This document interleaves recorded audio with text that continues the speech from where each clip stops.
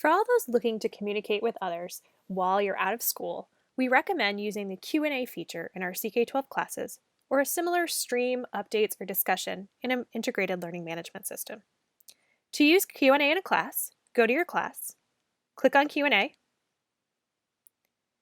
and you'll see both questions and any answers people have posted within that particular section. You can ask a new question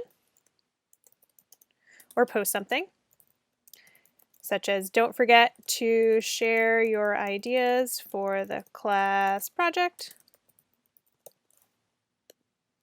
And then students can reply to it accordingly. They too can ask their own questions and get help from others and from you.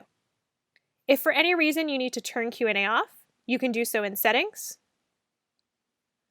And then allow for anonymous posting if you want students to feel comfortable asking questions they might otherwise not feel comfortable asking. Or leave that off and they post with their name.